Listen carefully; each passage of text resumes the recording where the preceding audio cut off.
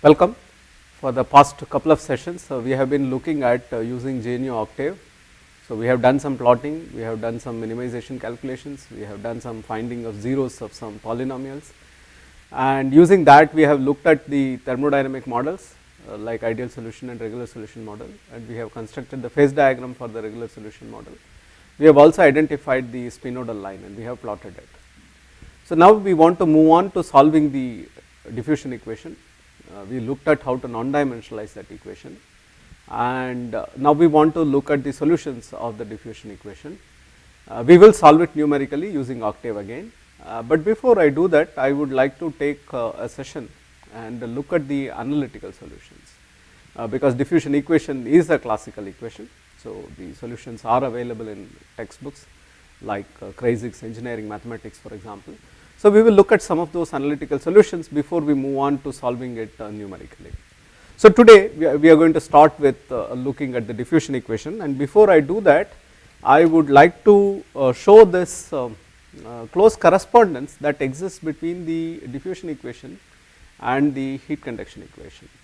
So, that is the first derivation that we will do, and then we will move on to solving the diffusion equation. Okay. So, the classical Fick's law, which we said is the flux of atoms is proportional to concentration gradient. There is a corresponding equation which says that the heat flux is equal to gradient on temperature. Okay, this is known as Fourier law of heat conduction.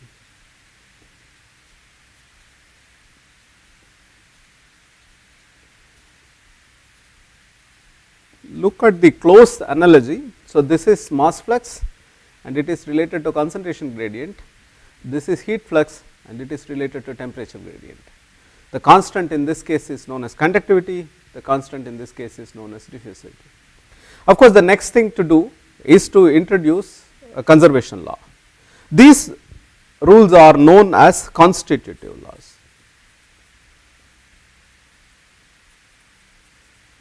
Because these describe how materials are constituted. They are not valid for all materials, but for materials for which they are valid, they typically introduce a material property, diffusivity in this case, conductivity in this case. And the way to look at constitutive laws is to think in terms of stimuli and response. You set up a concentration gradient, there will be mass flux. You set up a temperature gradient, there will be heat flux. So, this is the stimuli and this is the response. And the stimuli and response are related through a material property. This need not be a constant. In fact, the most generic case, these are property tensors. We will come back to this point that this is a tensor at later in the course. But for now, you can assume that for isotropic materials, for example, this is just a number. Okay. So, we have to assume that this is a constant, and such laws are known as constitutive laws. So, this is Fick's first law. And there is a corresponding law which is known as Fourier law of heat conduction. Now, we introduce the conservation law. Conservation laws, on the other hand, are valid for all materials at all times. So, in this case, it says that the rate of change of concentration is going to be the divergence of negative of the divergence of the flux. And you substitute it here, you assume that the diffusivity is a constant, you get this, which is known as the Fick's second law, or the diffusion equation, or a non-steady state diffusion equation, and so on and so forth. Okay. Now, you can do a similar thing here. Of course, in this case, this is mass conservation. In this case, it is going to be energy conservation.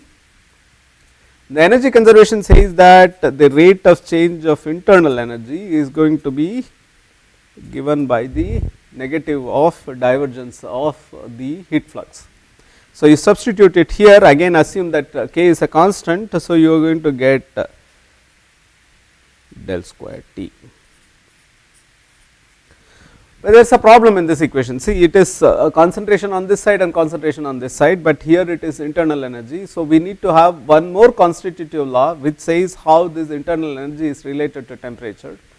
and if you introduce that, so typically one says that U is equal to rho Cpt, where rho is the density, Cp is the specific heat and T is the temperature. Then you substitute, again assume that rho and Cp are constants, you pull them out. So, you get dou T by dou T is equal to K by rho Cp times del square T. Okay. So, this equation is very close to this, in fact, except for the variable names, it is the same equation. If you identify by some beta the K by rho Cp. So, K by rho Cp is typically given some, I think sometimes it is called 1 by alpha. So, that is inverse of diffusivity. So, that is the conductivity, thermal conductivity, and in this form it is thermal diffusivity, and so you have this close correspondence between these two equations. The reason why we are looking at this is that mathematically speaking, for example, if you have non-dimensionalized, it does not matter which equation you are looking at, the solutions are going to be the same. And this is how it is done. So, if you take a textbook like Engineering Mathematics by Kreyszig, Kreyszig talks only about the equation which is written for temperature. Kreyszig talks only about this heat conduction equation, because the heat conduction equation solutions are valid. So, this is true for even classic textbooks. So, there are textbooks which talk about the solution to this equation, and all of them are valid for the diffusion equation, because mathematically speaking there is no difference between these two equations. So, we are also going to use this equation extensively, but we will use it in the concentration form, because that is what our interest is. And I am also going to do one more notational change which you need to keep in mind. So, the equation that we are going to solve is as follows. So, it is dou C by dou T prime is equal to d prime del squared C by del x prime squared. This is the equation I am going to solve, where the primed quantities are basically non-dimensional, right. This is what we said. For notational simplicity, I am going to write this equation as dou C by dou T equal to d del squared C by del x squared, with the understanding that the T and x and d are all non-dimensional, okay, because I do not want to be putting prime every time. So, from now on, you think of it the other way, you think of this as the dimensional equation and this as the non-dimensional equation, okay. So, this is what we derived, this is how we said. From now on, the T, x and d are assumed to be non-dimensional, okay, because this is just notation, right, you can call it whatever you want, and the primed quantities you think of as dimensional quantities. So, this is the first thing. So, we are going to deal with this equation, so which looks similar to the dimensional equation we wrote, but with the understanding that these quantities are non-dimensional for me, and I am not going to use d equal to 1, okay, with the understanding that if it is 1, of course, it is easier to put, but in equations and expressions it is better to carry that symbol, because then when you want to put some non-unity value for that equation, for that parameter, then it becomes easier to follow. So, I am going to carry d, but it is all non-dimensionalized. So, it is of the order of some 1 to 10 probably, but we are going to keep it as d, and we are going to call the non-dimensional parameters as d, t and x, and we are going to write down the solution for this equation. So, the first step is to solve this equation, okay. This is a partial differential equation.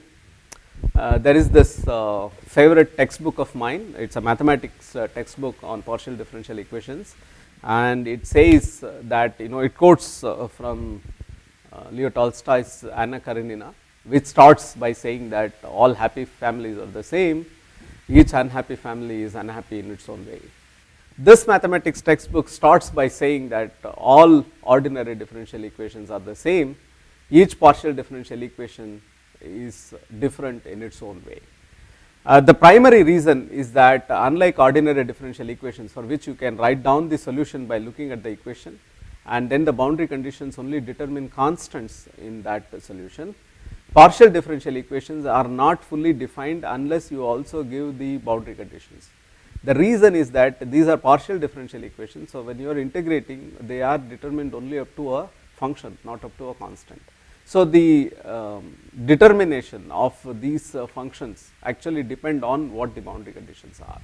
So, it is very important that when you give a partial differential equation of this type, of course, you also tell what is the boundary condition under which you are trying to look for a solution for this equation.